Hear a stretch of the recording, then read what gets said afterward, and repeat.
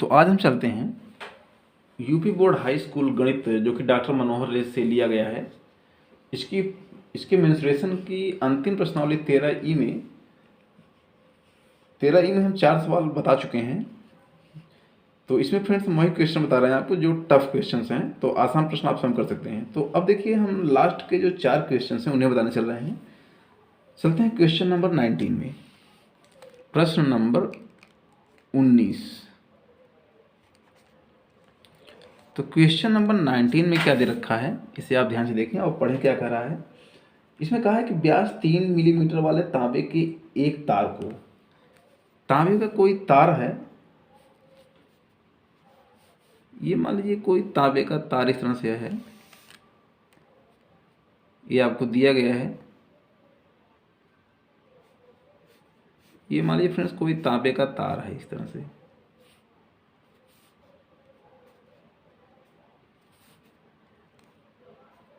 आप जानते हैं कि तार वगैरह की कुछ न कुछ तो मोटाई होती ही है।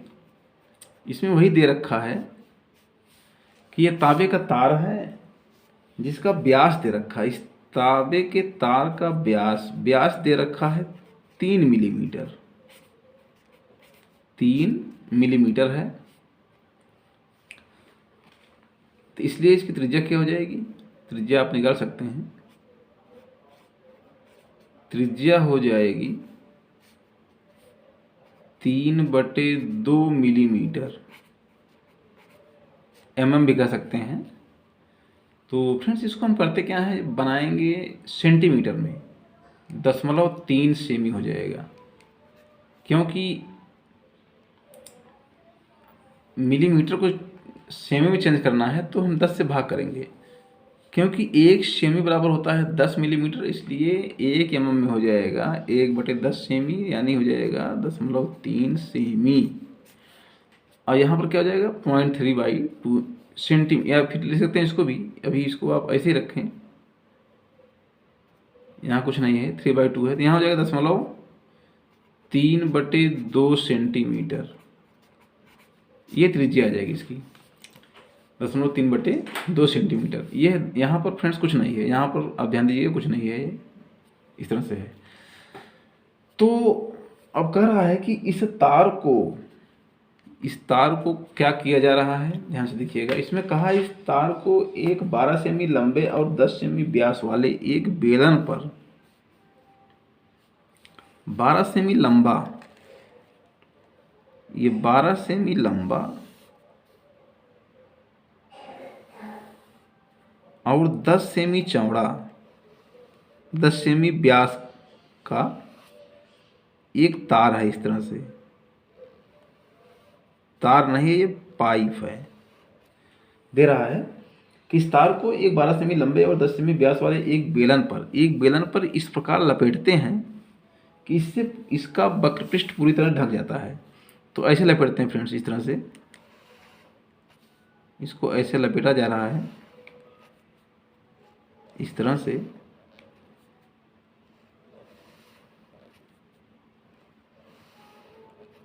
ऐसे इसको हम लपेट रहे हैं।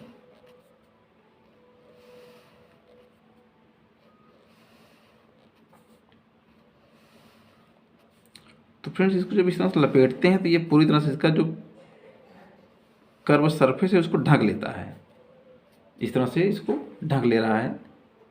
तो इसमें पूछा क्या है उस पर आप थोड़ा गौर करें। तो इस पर लपेट दिया गया है, जब लपेटा गया है तो इस पूरे वक्रपृष्ठ को ये ढक लेता है। ये थोड़ा सा और ही सघन लपेटा गया है, हमने आपको ऐसे ये प्रारूप दिखाया है, नमूना टाइप। तो तार की लंबाई और द्रव्यमान ज्ञात कीजिए, जबकि दिया है यह मानते हुए कि तांबे का घनत्व 8.8 ग्राम प्रति घन सेमी है। दिया है तांबे के तार का घनत्व क्या दिया है, 8.88 ग्राम जी दिया है प्रति घन सेमी, यानी पर सेमी क्यूब। इस तरह से फ्रेंड्स आपको दिया गया है। तो इसमें देखिए करते क्या है, तो तार की लंबाई अगर ज्ञात करना है आपको फ्रेंड्स, मैं बहुत आसान तरीका बता रहा हूँ। तो तार की लंबाई पहले ज्ञात कर लीजिए आप। तो तार की लंबाई जो होगी,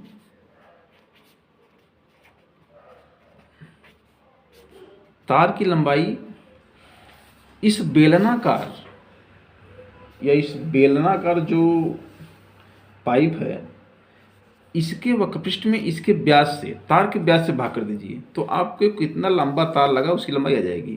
तो यहाँ क्या हो जाएगा, बेलन का वक्रपृष्ठ, बेलन का वक्रपृष्ठ बटे तार का व्यास, तार का व्यास, तो कितना होता है बेलन का वक्रपृष्ठ, बनाते होते हैं फार्मूला 2πr/h, एच लगा दीजिए। इसका व्यास दे रखा है 0.3, त्रिज्या इसकी दे रखी है, इसकी लंबाई दे रखी है, इसमें इसकी लंबाई क्या दे रखा है, या लंबाई कहें चाहे ऊंचाई कहें, बात वही है। तो ये कितना दिया है, ऊंचाई कहें या लंबाई कह सकते हैं, तो ये दिया है 12 सेमी, 12 सेमी। और यहाँ वृत्ताकार सिरे का जो व्यास दिया है, व्यास का मान तो दिया है इसमें 10 सेमी, तो त्रिज्या क्या हो जाएगी, r 5 सेमी। आपको पता है कि त्रिज्या व्यास की आधी होती है। तो यहाँ हो जाएगा इस तरह से, व्यास क्या दे रखा है 0.3, रख दिया 0.3, तो 2 गुणे पाई का मान रखें आप 3.14 गुणे r, देखिए यहाँ पर 5 रख दिया। हाइट का मतलब इसकी लेंथ दिया है 12 सेमी, बटे यहाँ हो जाएगा 0.3। दिस इज इक्वल टू, इसे जब आप काटेंगे देखिए 1 दशमलव हटाएंगे तो यहाँ 10 बढ़ जाएगा, यानी हो जाएगा 3 चौक 12, यहाँ आ जाएगा 40, ध्यान दीजिएगा। और इस तरह से आप देखें तो ये 3.14 ऐसे रखें, गुणे 5 दूनी 10 और 40 दाम 400, और गुणा करेंगे कितना जाएगा फ्रेंड्स, 314 गुणे 4 आएगा, तो कितना हो जाएगा 1256, यानी इस तार की लंबाई कितनी हो जाएगी फ्रेंड्स, 1256 सेंटीमीटर। तो आगे एक बात और पूछा, ध्यान देंगे, इसमें दे रखा है, कह रहा है कि इस तार का द्रव्यमान ज्ञात कीजिए। तार का द्रव्यमान कैसे ज्ञात करेंगे, देखिए तार का द्रव्यमान, एक बात का आप खास ध्यान देंगे, क्योंकि यहाँ तार का घनत्व दे रखा है 8.8 ग्राम पर घन सेमी। घन सेमी का मतलब फ्रेंड्स इसका आयतन ज्ञात करना है। तो आप ऐसा करें कि जो तार का द्रव्यमान होगा इसके आयतन में 8.88 का गुणा करने से प्राप्त होगा। तो क्या हो जाएगा 8.88 गुणे, ये तार बेलनाकार है, ध्यान देंगे ये तार कैसा है, बेलनाकार है। तो बेलनाकार तार, ये जो तार आप देख रहे हैं ये बेलन के आकार का है, क्योंकि व्यास दिया है तो त्रिज्या भी होगी, लंबाई तो इसकी हम निकाल चुके हैं, देखिए 1256 आ गया, यानी ये बेलन काम कर रहा है। तो बेलनाकार तार का आयतन, बेलनाकार तार का आयतन कितना हो जाएगा 8.88, बेलन का आयतन होता है πr²h, ये फार्मूला लिख रहा हूँ मैं भी। त्रिज्या चाहे आप इसकी r' मान लीजिए, तो यहाँ भी r' कर सकते हैं, r'², h ले लीजिए, हाइट भी। तो फ्रेंड्स इससे थोड़ा सा हट के लेंगे, त्रिज्या इसकी r और h माने, ऊंचाई h माने है, तो इसकी त्रिज्या मान लीजिए r' है, ऊंचाई h' है। तो यहाँ पर क्या हो जाएगा 8.88 इंटू पाई की वैल्यू आप रखें वही 3.14 इंटू r' स्क्वायर का मतलब देखिए 0.3/2 का वर्ग, 0.3/2 का होल स्क्वायर। ये इसका मतलब ये लंबाई आप जो आप निकाले हैं 1256, ये कितना आएगा फ्रेंड्स, ये ग्राम में आएगा, ये कितना आएगा ग्राम में।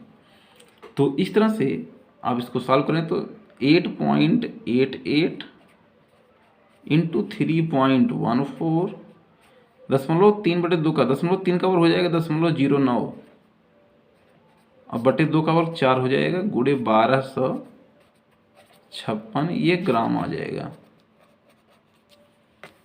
इसको आप सॉल्व करेंगे फ्रेंड्स तो देखिए 4 से आप काट दीजिए इसको तो आ जाएगा 2.22।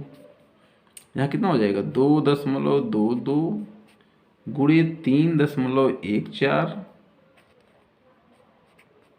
गुणे 0.09 आपका तो लगा रहेगा 0.9 गुणे 1256 ये इतना ग्राम इस तार का वजन हो जाएगा। इसको आप ऐसा गुणा करेंगे तो फ्रेंड्स देखिए आपको लगभग मिलता है 787.98 ग्राम लगभग यही आता है। तो इसको हम अप्रॉक्सीमेट क्या लिख सकते हैं, अप्रॉक्सीमेट वैल्यू क्या हो जाएगी इसकी, लगभग लिख सकते हैं 788 ग्राम। 700 यही फ्रेंड्स इसका आंसर हो जाएगा, यानी इस तार का जो वजन होगा वो कितना हो जाएगा 788 ग्राम।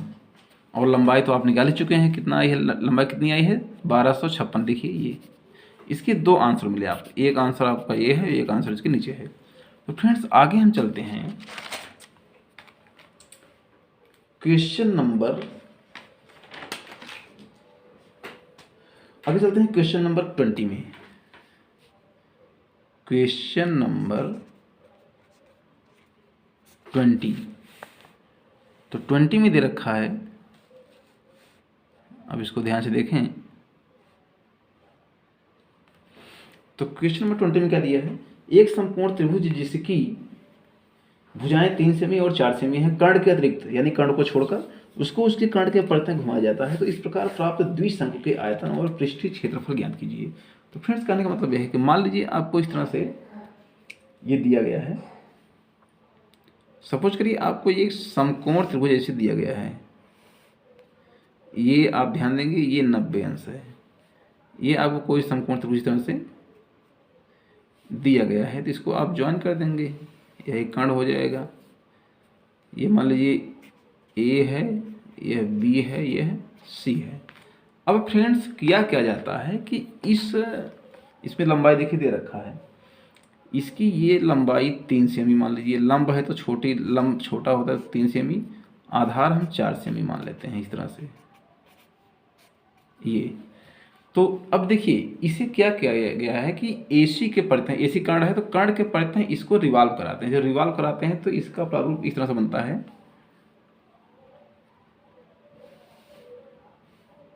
इसका रूप कुछ इस टाइप का बनेगा फ्रेंड्स, याद रखेंगे ये इस टाइप से। तो यहाँ पर देखें तो ये भी एक प्रकार से ये समकोण ही बन जाते हैं। तो इसमें कारक इस प्रकार बने दोहरे शंक्वाकार ठोस का आयतन, इनको आप जोड़ दीजिए। तो अगर हम इनको जोड़ दें इस तरह से तो एक लंब होगा इस तरह से, ये लंब रेखा है देखिए, ये लंबिक रेखा होगी, ये इस तरह से इसको काटेगी। तो देखें तो यह एक दोहरा शंकु बन गया, कैसे, ये आप देख रहे हैं कि ये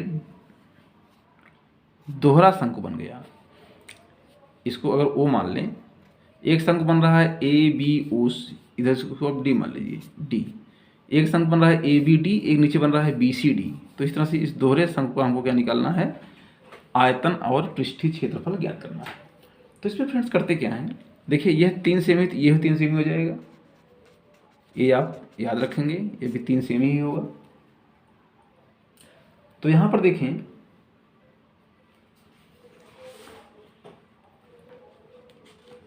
ये 4 है तो ये भी 4 सेमी ही हो जाएगा, 4 सेंटीमीटर। तो इस तरह से ये आप देख रहे हैं,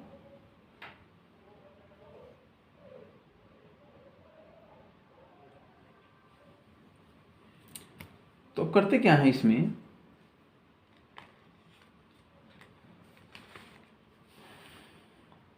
तो मान लीजिए इसकी जो त्रिज्या है फ्रेंड्स,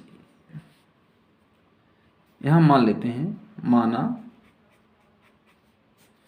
ओ ए ओ ए बराबर H1 मान लीजिए और ओ सी बराबर H2 मान लीजिए। माना ओ ए बराबर H1 सेमी ऐसे दे रहे हैं और ओ सी बराबर H2 सेमी, और इसी में आर ओडी बराबर ओ बी, ये दोनों ही संक त्रिज्याएं कॉमन है तो यही हो जाएंगी। आर मान लिया, आर सेंटीमीटर। तो इसमें करते क्या है, अगर आप देखें तो इस जो पहले वाला समकोण त्रिभुज है ए बी सी, तो समकोण त्रिभुज ए बी सी का क्षेत्रफल क्या हो जाएगा, ए बी सी का क्षेत्रफल क्या होता है, समकोण त्रिभुज क्षेत्रफल हम जानते हैं 1/2 गुणे आधार गुणे ऊंचाई होती है फ्रेंड्स, ये आप जानते हैं, सभी जानते हैं। तो 1/2 आधार इसमें कितना है 4, ऊंचाई इसकी लंब यानी 3, आप देखिए शुरू में दिया है किताब में, तो 2 दूना 4 यानी 6 सेंटीमीटर, 6 सेमी क्या आ जाएगा, इसकी एरिया आ जाएगी। लेकिन एक बात का ध्यान देंगे, परंतु इसी समकोण त्रिभुज का क्षेत्रफल क्या हो जाएगा, समकोण त्रिभुज ए बी सी का ही क्षेत्रफल एक प्रकार से आप और निकाल सकते हैं। कैसे निकाल सकते हैं, 1/2 आधार देखिए क्या है, यहाँ पर आधार देखिए ए सी है, आधार क्या है friends, A C.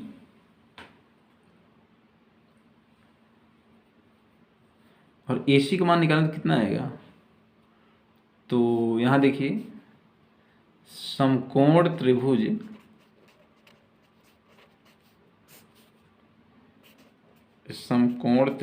A B C में अप्लाई कर दो पाइथागोरस का प्रमेय, तो क्या हो जाएगा, कर्ण का बराबर क्या होता है, ए सी बराबर हो जाएगा कर्णी में A B square plus B C square, क्योंकि कर्ण बराबर कर्णी में लंब का वर्ग धन आधार का वर्ग, क्या हो जाएगा 3 का स्क्वायर धन 4 का स्क्वायर। तो कर्णी में 3 का स्क्वायर कितना होता है फ्रेंड्स 9, 4 का स्क्वायर 16, यानी कर्णी में 16 9 25। इसका मान अगर आप निकालना चाहें तो ए सी का मान क्या हो जाएगा, वर्गमूल आ जाएगा 5 सेंटीमीटर।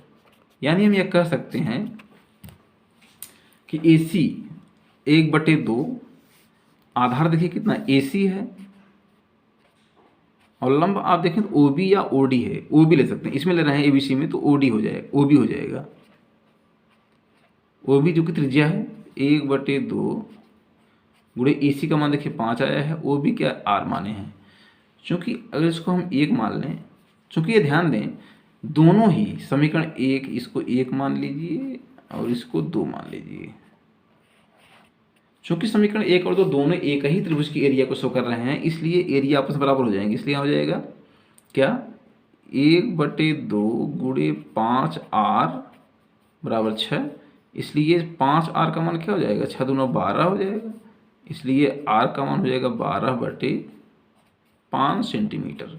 यानी हम यह कह सकते हैं कि त्रिज्या कितनी आ गई 12/5 सेंटीमीटर। तो यहाँ पर द्विशंकु का आयतन निकाल लीजिए, इसलिए दोहरे शंकु का आयतन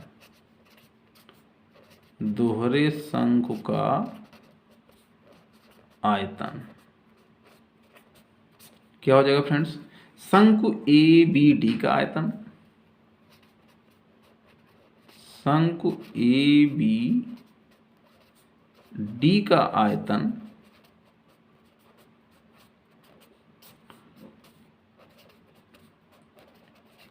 धन शंकु बी सी डी का आयतन, बी सी डी का आयतन। तो दिस इज इक्वल टू शंकु ए बी डी का आयतन आप जानते हैं फॉर्मूला होता है 1/3 पाई, देखिए त्रिज्या दोनों की सेम है तो आर स्क्वायर ले रहे हैं, इसकी हाइट क्या है h1 है तो h1 ले लिया, प्लस यहाँ पर 1/3 पाई, त्रिज्या आर सेम है, स्क्वायर ऊंचाई h2 ले लिया। तो इसमें आप देखें तो 1/3 पाई आर स्क्वायर कॉमन है, मिल जाएगा H1 प्लस H2। तो 1/3 पाई का मान रखिए आप,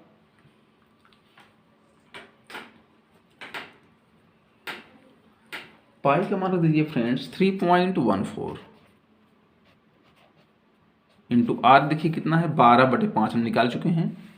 तो ये कितने निकाले हैं 12/5, तो हो जाएगा 12/5 का वर्ग, 12/5 का होल स्क्वायर गुणे H1 प्लस H2 का मतलब क्या हो जाएगा फ्रेंड्स, आप ध्यान से देखें H1 प्लस H2 का मान क्या हो जाएगा AC के बराबर होगा, जिसका मान हम 5 निकालने हैं। तो यानी हम H1 प्लस H2 जगह क्या लिख सकते हैं 5। आप इसको गौर से देखेंगे, इतने घन सेमी इस दोहरे शंकु का आयतन आ जाएगा सेमी क्यूब।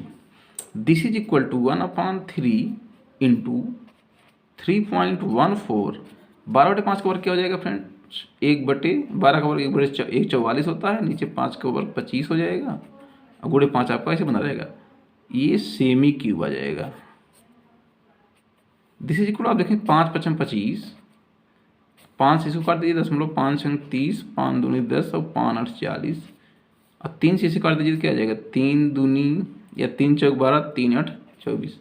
तो कितना मिल जाएगा फ्रेंड्स 0.628 गुणे 48। तो गुणा करने कितना आएगा, गुणा करने पर आता है लगभग में 30.144 आता है। तो हम ये 2 स्थान तक लेंगे 1 4, यानी इतना घन सेमी इस दोहरे शंकु का आयतन हो जाएगा। एक आंसर आपको मिल गया, एक आंसर आपका आ गया, ये 30.14 घन सेमी।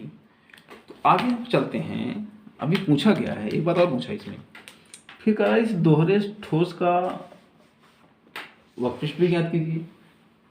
तो दोहरे शंक्वाकार ठोस का जो वक्रपृष्ठ आएगा वो कितना हो जाएगा,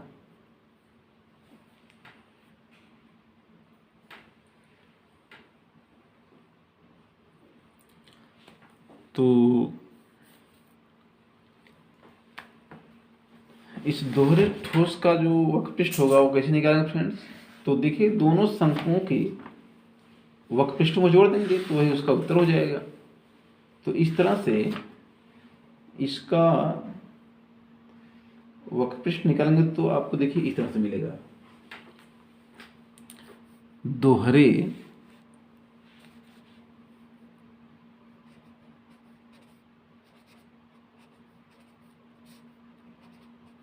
ठोस का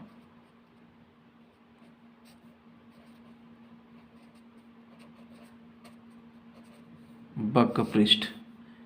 तो देखिए दोनों शंकुओं के वक्रपृष्ठों के योग के बराबर होगा। तो पाई, त्रिज्या सेम है तो r रखा, त्रिज्या की ऊंचाई देखिए एक की आप मान लीजिए L1 है और दूसरे की L2 मान लीजिए, तो ये हो जाएगा पाई r, दूसरे की L2। देखिए L1 क्या है, पहले वाले शंकु की ऊंचाई मान लिया और L2 दूसरे वाले शंकु की ऊंचाई मान लिया। तो पाई r आप कॉमन ले लेंगे तो हो जाएगा L1 प्लस L2। अब आप मान रख दीजिए, तो पाई का मान रखेंगे आप 3 पाई का मान रखेंगे फ्रेंड्स 3.14। आर का मान देखिए आपको बताया गया है, पीछे ज्ञात किया है 12/5 आया है, हो जाएगा 12/5 गुणे L1 प्लस L2। देखिए L1 का मतलब क्या, पहले वाले की त्रिज्या ऊंचाई क्या देखिए 3 है और दूसरे वाले की 4 है। और देखिए इधर पहले वाले शंकु त्रिज्या ऊंचाई देखिए 3 सेमी है और दूसरे वाले की कितनी है 4 है। तो यहाँ हो जाएगा 4 3 7। मैं लिख दे रहा हूँ सीधे फ्रेंड्स, इसका योग कितना आएगा 7 आएगा। इसको आप सॉल्व कर लीजिए, जब सॉल्व करेंगे तो ये काटें तो कितना आएगा 0.628 गुणे 7 बार से 84 आ जाएगा, 84। इसको जब हम फ्रेंड्स गुणा करते हैं तो गुणनफल आता है 52, लगभग में आप लिख दे रहे हैं 52.75। ये मात्रक होगा सेमी स्क्वायर। यानी इस तरह से एक आंसर आपको ये मिला कि इस पूरे दोहरे ठोस का जो वक्रपृष्ठ होगा वो हो जाएगा 52.75 वर्ग सेंटीमीटर। इसे आप तैयार रखेंगे। तो आगे हम चलते हैं क्वेश्चन नंबर क्वेश्चन नंबर 21 में, क्वेश्चन नंबर 21, तो इसमें दिया है फ्रेंड्स, क्या कहा है 21 में कहा गया है कि एक टंकी जिसके आंतरिक मापन दिए गए हैं 150, 120 और 110 सेमी है। ये इसका मतलब कोई घनाभाकार टैंक है इस तरह से, ये मान लीजिए कोई घनाभ के आकार का टैंक दिया गया है।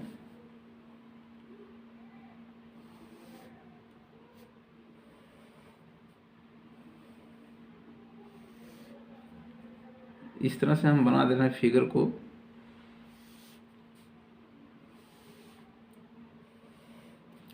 फ्रेंड्स ये घनाभ के आकार का एक टैंक है। मान लीजिए इस तरह से आपको ये टैंक दिया गया है, इस तरह से, जिसकी माप दे दी गई है। क्या दी है? लंबाई, चौड़ाई, ऊंचाई, तीनों मापें दे दी गई हैं। लंबाई आप मान सकते हैं 150 सेमी, 150 सेमी, चौड़ाई दे रखा है 120 सेमी, ऊंचाई दे रखा है 110 सेमी। इसमें कितना पानी भरा हुआ फ्रेंड्स? 1,29,600 घन सेमी।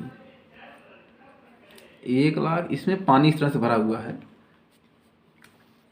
ये मान लीजिए ये पूरा पानी से फुलफिल्ड है। इस तरह से इसमें पूरा पानी भरा हुआ है।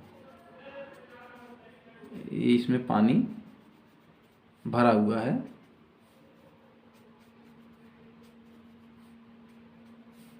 ये तो मान लीजिए इस तरह से पानी भरा हुआ है। तो इसमें आगे कह रहा है पानी का आयतन क्या दिया है? पानी का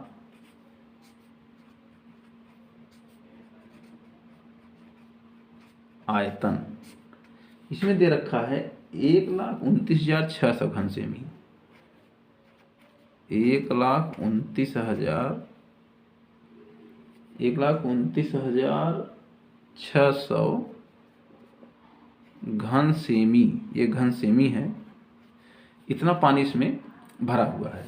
आगे कह रहा है इस पानी में कुछ छिद्र वाली ईंटें तब तक डाली जाती हैं जब तक कि टंकी पूरी तरह से ऊपर तक भर नहीं जाती। तो प्रत्येक ईंट अपने आयतन का 1/17 भाग पानी सोख लेती है। तो इसमें ध्यान से देखिएगा, ईंट दे रखा है, तो ईंट इसमें जो दिया है इस तरह से ईंट दे रखा है। ये मान लीजिए ईंट इस तरह से आपको दे दी गई है।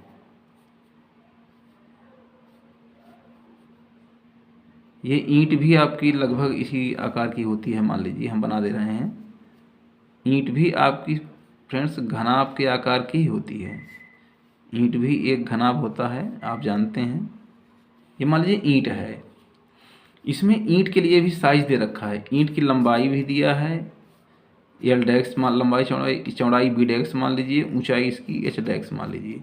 इसमें दे रखा है लंबाई कितनी इसकी है? 2.5 सेमी, 22.5 सेमी, 22.5 सेमी।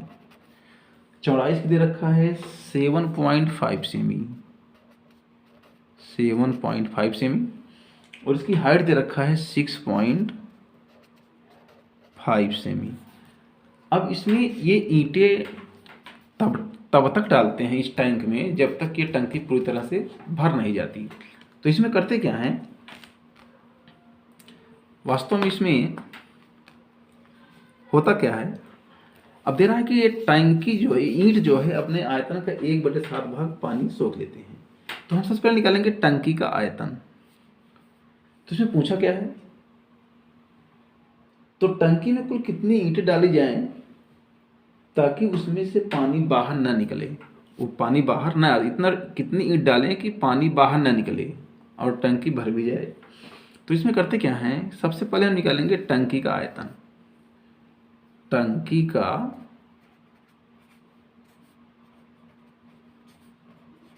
आयतन, तो टैंक का आयतन क्या हो जाएगा फ्रेंड्स? हम जानते हैं लंबाई गुणे चौड़ाई गुणे ऊंचाई होती है। लंबाई कितनी सीधी है? 150 सेमी, चौड़ाई कितनी है आप देख रहे हैं 120 सेमी, ऊंचाई इसकी है 110 सेमी, यानी इतना घन सेमी इस टंकी का आयतन आ जाएगा।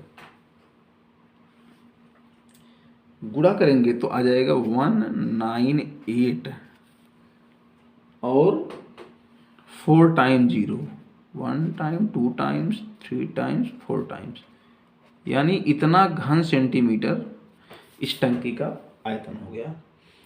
अब इसमें देखें कि ईंट का आयतन कितना आ रहा है। ईंट का आयतन निकाल लीजिए, एक ईंट का आयतन निकालिए फ्रेंड्स, एक ईंट का आयतन, एक ईंट का आयतन कितना हो जाएगा, हम जानते हैं L डैक्स गुणे B डैक्स गुणे H डैक्स घन सेमी। This is equal to L डैक्स मतलब कितने हैं 22.5, 22.5 गुणे चौड़ाई इसकी है 7.5, ऊंचाई है 6.5, इतना घन सेमी क्या मिल जाएगा फ्रेंड्स, इस ईंट का आयतन मिल जाएगा। हाँ, तो इसमें जब गुणा करेंगे तो इसका कितना आता है, आता है 1096.875 घन सेमी, 875 घन सेमी। लेकिन एक बात का आप ध्यान देंगे, इसमें कहा है कि ईंट अपने आयतन का 1/7 भाग पानी सोख लेती है, इसलिए एक ईंट द्वारा सोखे गए पानी का आयतन, सोखे गए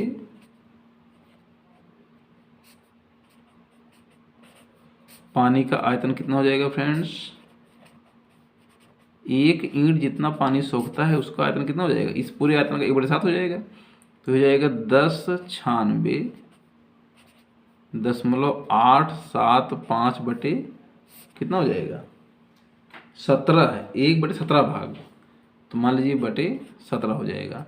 जब इसको हम भाग करते हैं तो आता है 64.522 घन सेमी, यानी हम कह सकते हैं कि एक ईंट द्वारा जितना पानी सोखा जाता है उसका आयतन कितना आएगा 64.522 घन सेमी। तब इसमें करते क्या है, अब हमको ईंटों की संख्या निकालनी है, तो ईंटों की संख्या निकालने के लिए करते क्या है कि सबसे पहले अब शेष ईंट का आयतन निकाल लीजिए। अब ईंट का जो आयतन है पानी सोखने के बाद, ईंट का आयतन कितना हो जाएगा,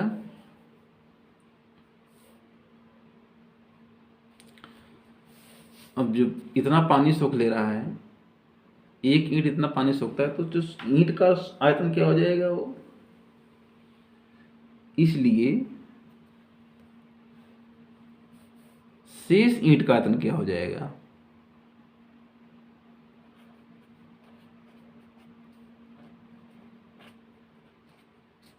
शेष ईंट का आयतन कितना हो जाएगा, इसका जो पहले वाला आयतन है उसमें से घटा देंगे 1096.875 माइनस 64.522, ये कितना आ जाएगा फ्रेंड्स, ये आप घटाएंगे तो आ जाएगा 1032.353 मैं लिख दे रहा हूँ फ्रेंड्स, आप लोग इसको घटा कर देख लेंगे तो यही आएगा, यानी इतना घन सेमी ईंट का जो आयतन बनेगा वो हो जाएगा। ये पानी सोख रहा है ना, पानी जो पानी सोखा हुआ है उस सोखे के पानी का आयतन बढ़ा देंगे तो ईंट का शेष ईंट का आयतन हो जाएगा वो। तो अब इसमें करते क्या है, अब हम ये निकाल लेंगे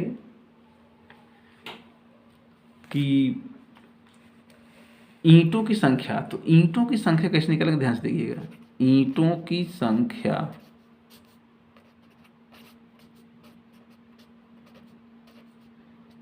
आपको पता है कि ईंटों की संख्या निकालना है, तो हम पूरे टंकी के आयतन में, जैसे पानी का आयतन इतना है, टंकी का आयतन कितना आप देखें इतना है, तो टंकी का आयतन निकालेंगे आप, इसमें से घटा देंगे आप, तो क्या हो जाएगा,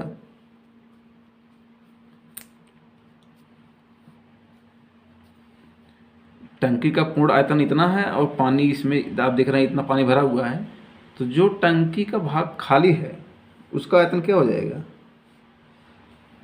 इसमें से घटा देंगे, तो खाली टंकी का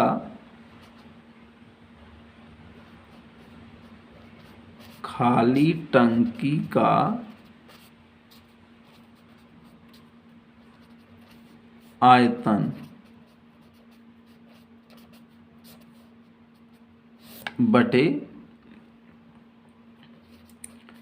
शेष ईंट का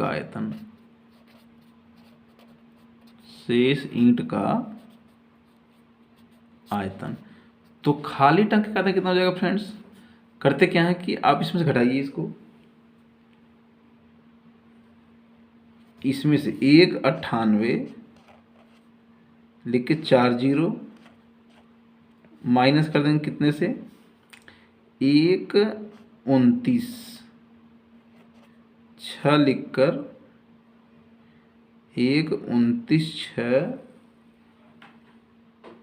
00, मान लीजिए इस तरह से हम यहाँ आप लिख लीजिएगा सही से, क्योंकि इसमें 2 2 4 3 7 अंक हैं, इसमें 2 ही अंक है, एक अंक कम है इसमें, तो आपको एक यहाँ लिखेंगे नीचे से, आप लोग सही से घटा लीजिएगा। तो देखिए इसको हम घटाते हैं तो मिलता है 1850 400, तो आप यहाँ लिख देंगे सीधे 1850 400 बटे शेष ईंट का आयतन कितना आया है 1032.353, तो कितना हो जाएगा फ्रेंड्स, आप इसको जब भाग करते हैं तो लगभग में आता है, ये मैं इसको दिखा दे रहा हूँ अप्रॉक्सीमेट वैल्यू 1792, लगभग 1792 ईंट इसमें डालनी होगी, जिससे इस टैंक से पानी बाहर नहीं निकलेगा। तो इस तरह फ्रेंड्स इसका ये आंसर हो गया।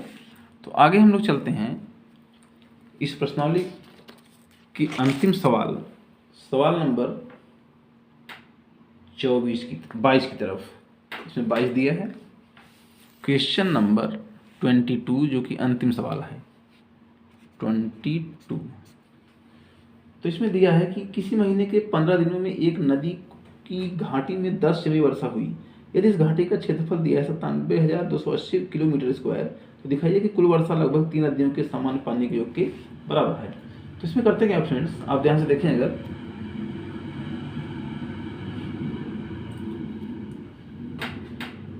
नदी की घाटी का आगे और दिया है योग के समतुल्य थी, जबकि प्रत्येक नदी के लिए दिया है लंबाई चौड़ाई, इस तरह से दिया है गहराई, नदी की देखिए लंबाई चौड़ाई और गहराई तीनों दे रखा है। लंबाई दे रखा है 1072 किलोमीटर है, और चौड़ाई दे रखा है 75 मीटर। इसको भी बनाइए किलोमीटर में, तो 1000 से भाग कर दीजिए, 1000 से भाग करेंगे फ्रेंड्स, ये हो जाएगा किलोमीटर, क्योंकि नदी है तो लंबाई किलोमीटर में लेंगे तो अच्छा रहेगा। और इसकी जो गहराई दे रखा है 3 मीटर है, 3 मीटर, तो इसको भी बनाओ किलोमीटर में, तो 3/1000 किलोमीटर, यानी इस नदी की जो बीमा हो गई वो आ गई। तो हम पहले ज्ञात करेंगे क्या, नदी का आयतन, इसलिए नदी का आयतन कितना हो जाएगा, लंबाई गुणे चौड़ाई गुणे ऊंचाई आपको पता ही है, तो लंबाई कितनी है इसकी 1072 गुणे चौड़ाई आप देख सकते हैं 75/1000 गुणे गहराई 3/1000, ये किलोमीटर क्यूब में आएगा, किमी क्यूब में आ गया फ्रेंड्स। तो इस तरह से इसको अगर आप हल करते हैं तो ये आप ध्यान से देखिएगा, ऊपर जब आप गुणा करते हैं तो ये मिलता है 241,200। मैं आप गुणा सीधे कर दे रहा हूँ, ऑलरेडी गुणा करके मैं रखा हूँ। तो 241,200 आ जाएगा। नीचे आप देखें तो एक लिखे कितना है, 6 जीरो, 3 4 5 6, तो मिला कितना जाएगा, 2 जीरो कैंसिल हो जाएगा। अगर आप इसमें भाग करते हैं तो आता है 0.2412 किमी क्यूब। ये क्या आ गया फ्रेंड्स, इस नदी का आयतन आ गया। अब 3 नदी का आयतन निकाल लीजिए, चूंकि कहा है ना कि दिखाइए कि वर्षा के पानी का आयतन 3 नदियों के पानी के योग के बराबर है। 3 नदियों का आयतन क्या हो जाएगा, 3 नदियों का आयतन निकालेंगे तो 3 से गुणा हो जाएगा, 3 गुणे 0.2412 किमी क्यूब। तो जब गुणा करते हैं तो फ्रेंड्स इसमें आता है 0.7236, 7236 किमी क्यूब। यानी 3 नदियों के पानी का आयतन जो होगा वो इस तरह से इतना हो जाएगा। तो आगे इसमें कहा है कि हमको दिखाना है कि 3 नदियों के पानी का आयतन जो है बारिश के पानी के आयतन के बराबर है। इसलिए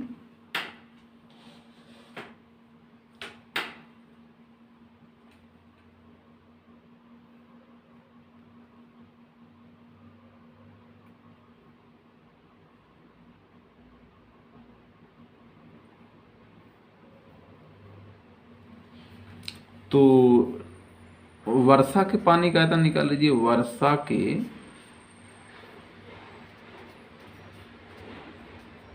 पानी का आयतन, आयतन कैसे निकालेंगे, इसमें दे रखा है ना कि घाटी का क्षेत्रफल दिया है। तो घाटी के क्षेत्रफल में, घाटी का क्षेत्रफल गुणे कितनी सेमी वर्षा हुई है, 10 सेमी वर्षा की ऊंचाई, वर्षा की ऊंचाई लेंगे। तो आयतन दे रखा है, इसमें क्षेत्रफल दिया है 97,280, 97,280, यह किलोमीटर में है, स्क्वायर में। एक बात का ध्यान देंगे फ्रेंड्स, आयतन का मतलब होता है, देखिए जैसे आयतन देखिए होता है लंबाई गुणा चौड़ाई, तो लंबाई गुणा चौड़ाई की एरिया मान सकते हैं। क्षेत्रफल होता है तो क्षेत्रफल गुणे ऊंचाई लिख सकते हैं। इस तरह से हमने लिख दिया, क्षेत्रफल दिया है 97,280, वर्षा की जो ऊंचाई दे रखा है 10 सेमी, 10 सेमी को बनाएंगे किलोमीटर में। जब सेमी को हम किमी में बदलते हैं तो हम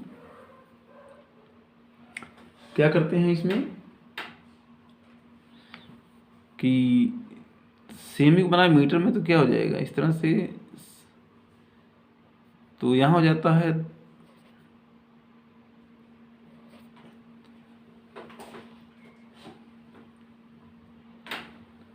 मीटर, फिर बनाएंगे किलोमीटर में, यानी हो जाएगा 1000 गुणे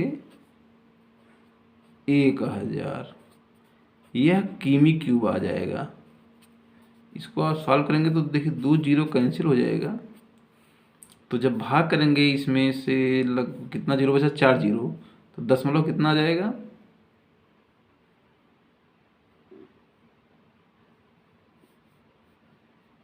ये आ जाएगा 0.9728 दिया है, तो ये हो जाएगा 0.9728। तो इस तरह से फ्रेंड्स आप देख रहे हैं ये किमी क्यूब आ रहा है, किमी क्यूब। इसमें क्या कह रहा है कि 15 दिनों में एक नदी की घाटी में 10 सेमी वर्षा हुई है। तो इसमें 0.728। तो कह रहा है कि दिखाइए कि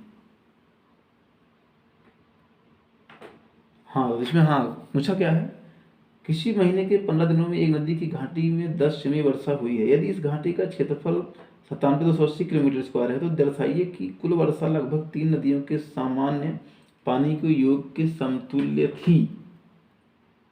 समतुल्य थी। यहाँ हम लिख सकते हैं, यहाँ समतुल्य नहीं हो रहा है तो हम क्या करेंगे, इसमें दिखा देंगे।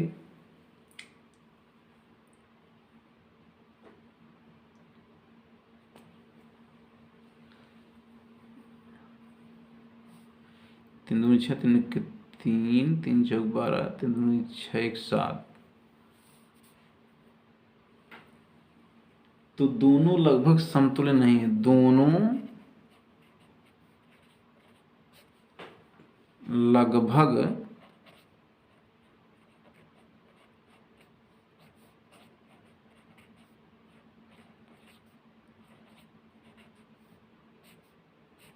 समतुल्य नहीं है। तो यहाँ पर देखना फ्रेंड्स, ये समतुल्य नहीं आ रहा है, तो इस तरह से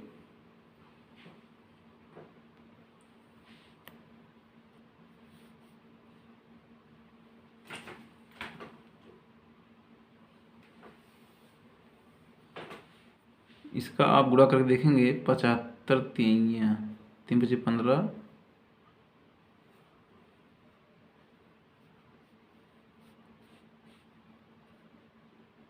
3 दूनी 6, 3 7 21 22। तो इस तरह से आप इनका गुणा कर लीजिएगा आपस में, देख सकते हैं इसका गुणा देखेंगे आप सत्य है कि नहीं। ये हम गुणा किए थे तो लगभग यही आ रहा था, आप लोग मिला लीजिएगा। अगर ये दोनों सेम आएंगे तो आप लिख देंगे लगभग समतुल्य हैं, अगर नहीं आ रहे हैं तो आप क्या करेंगे, ये दिखा देंगे कि समतुल्य नहीं है। यही इसका आंसर हो गया, यही सिद्ध करना था। तो आज के लिए बस इतना है फ्रेंड्स, आपका ये चैप्टर समाप्त होता है। धन्यवाद।